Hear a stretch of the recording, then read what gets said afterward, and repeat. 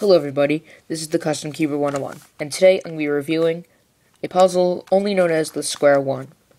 The Square-1 is a puzzle that I got at Bridgewater 2011 in Bridgewater, New Jersey.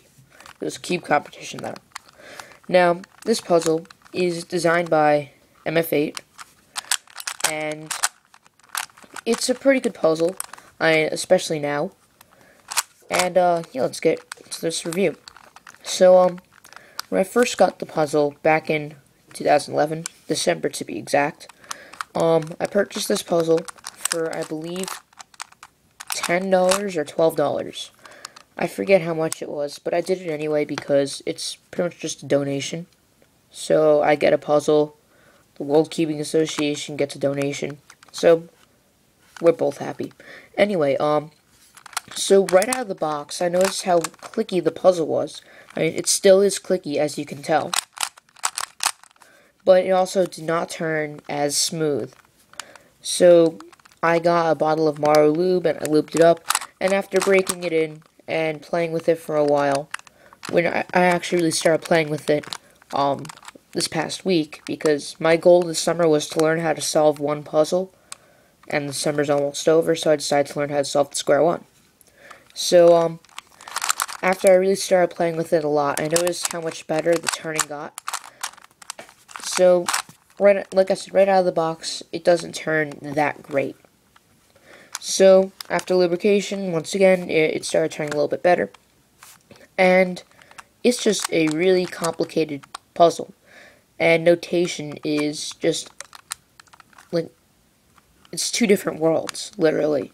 I mean, notation on a standard 3x3, or any other puzzle for that matter, it's always up inverted, or U prime, D, D prime, R, R prime, L, L prime, F, F prime, back prime, so forth and so on.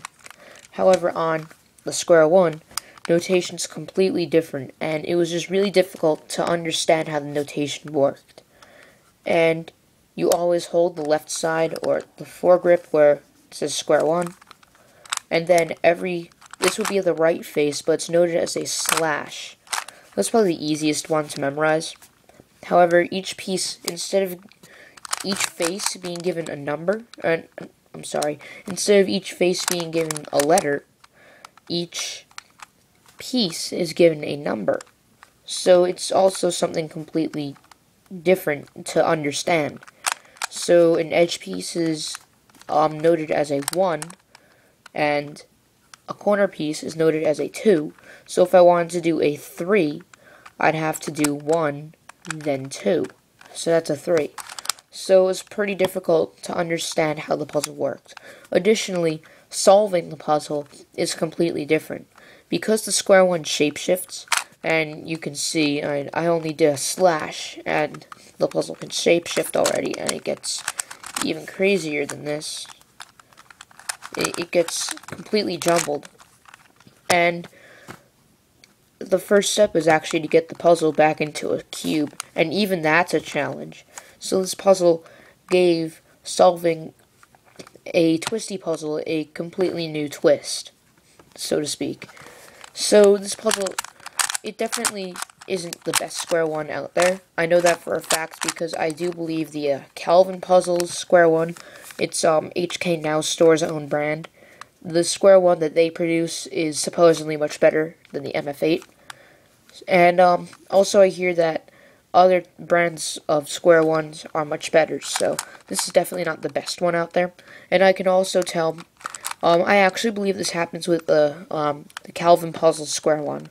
But when solving this puzzle, if you happen to turn the face really fast, occasionally these edge pieces, they have caps, and occasionally the caps will fly off, and that can get really annoying during solves. So you have to do like a miniature modification, and you have to glue these caps on. So that's pretty much the only thing that you have to do modification-wise to this puzzle. Other than that, all you have to do is lube it, break it in, and it turns much better. So this puzzle, obviously, once again, is not the best Square-1 out there. I have nothing else to compare it to because I don't have any other square one except for this one. However, in the future, I hope to get a better square one. So, let's go on to the sticker quality. The stickers, when I first got this, actually weren't even applied. I got the square one in a box, and then underneath the square one itself were the stickers. So, I had to apply the stickers by hand, and that was a pain in the neck. And as you can see, I actually did a pretty good job applying the stickers. A few of them are crooked, like this one, and this one's a little off-center.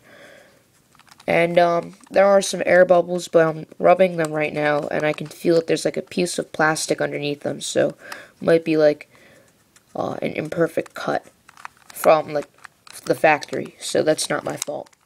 But the one thing I noticed about the Square One stickers is that the logo itself, here where it says Square One, this is supposed to be all black, and as you can see, I'm angling the light onto it, so you can see it says Square One, but if I angle the light away, all you see is R, and then a dash, and then what appears to be a colon, but that's really the one getting worn off. Now I have other stickers, but I'm not going to apply it because I know Square One's on the green face. So, that's one thing I know about it. And also, I actually lost the unboxing footage.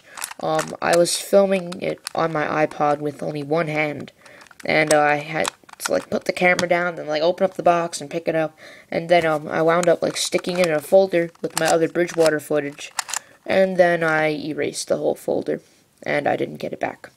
So, failure on my part. So, overall, this puzzle's pretty good. It turns pretty well. Stickers are pretty good. Though breaking in is necessary, lubrication is necessary, and it's not really the best square one. And the caps needs to be glued down.